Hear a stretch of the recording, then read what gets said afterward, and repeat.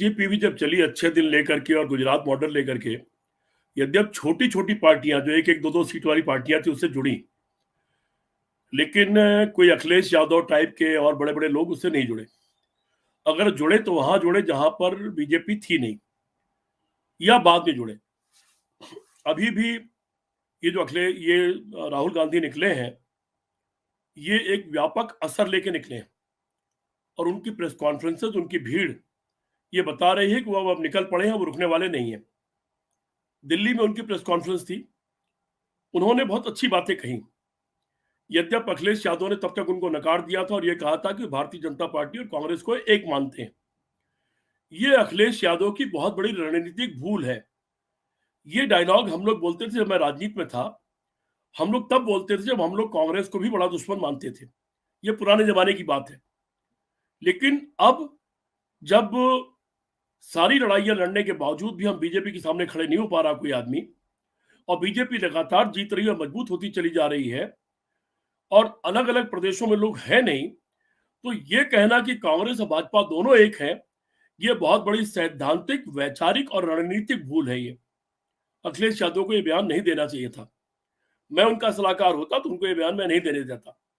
अगर राहुल गांधी ने हाथ मिलाया था कि आप आइए हमारे साथ यात्रा में शामिल होइए, तो उचित रणनीति ये होती है कि वो उसमें शामिल होते, 4 कदम चलते, चाहे 600 चाहे 1 किलोमीटर चलते, वापस लौट जाते। लेकिन उत्तर प्रदेश की सीमा में फिर मुहर ये लगती कि अखिलेश यादव आ गए थे इसलिए राहुल जी की भीड़ बढ़ गई।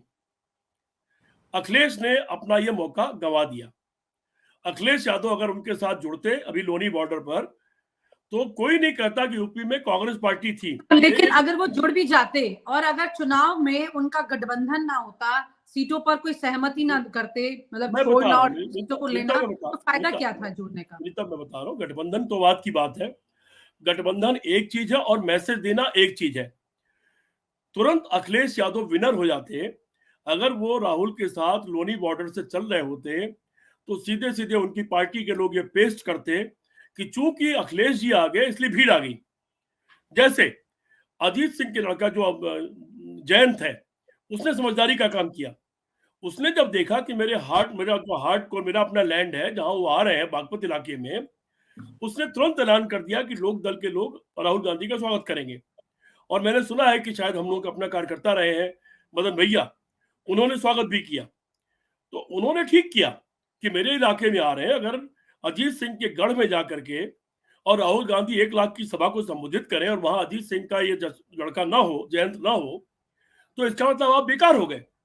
लेकिन अगर आप समर्थन दे के साथ में बैठे हुए हैं तो कहीं ना कहीं आपकी भागीदारी सुनिश्चित हो गई, अनिश्चितता हो गई कि ये पार्टी खाली कांग्रेस की भीड़ है या ये अजीत सिंह की पार्टी की भीड़ भी है। तो ये रणनीतिक चूक अखिलेश यादव से हो गई है। दूसरी बात, कुछ बातें या तो मैं बात के लिए छोड़ दूं, लेकिन राहुल गांधी निकल पड़े हैं। जब वो केरला से निकले थे तो उनके साथ, वो तमिलनाडु से निकले थे तो उनके साथ 30,000 लोग थे पहले दिन। दूसरे दिन आते आते 60,000 लोग हुए, और फिर पर डे उनकी संख्या, दिन भर का इन्वॉल्वमेंट लाखों में होने लगा है। फिर यह लगा कि जब उत्तर भारत में आएंगे तो क्या होगा। उत्तर भारत में भी वही स्थिति रही। फिर जब वो मध्य प्रदेश में आए, राजस्थान में आए, दिल्ली में घुसे, बेशुमार भीड़ बढ़ती चली गई। आज मैंने देखा कि दिल्ली से लेकर उत्तर प्रदेश तक भी उनके साथ वैसी ही भीड़ है जो भीड़ पीछे दिखाई पड़ती रही है। तो वो धारणा तो बिगड़ गई कि नहीं, दक्षिण में तो है लेकिन उत्तर भारत में फेल हो जाएंगे, उत्तर भारत में तो है लेकिन उत्तर प्रदेश में जाके फेल हो जाएंगे। वो गड़बड़ा गया मामला सारा।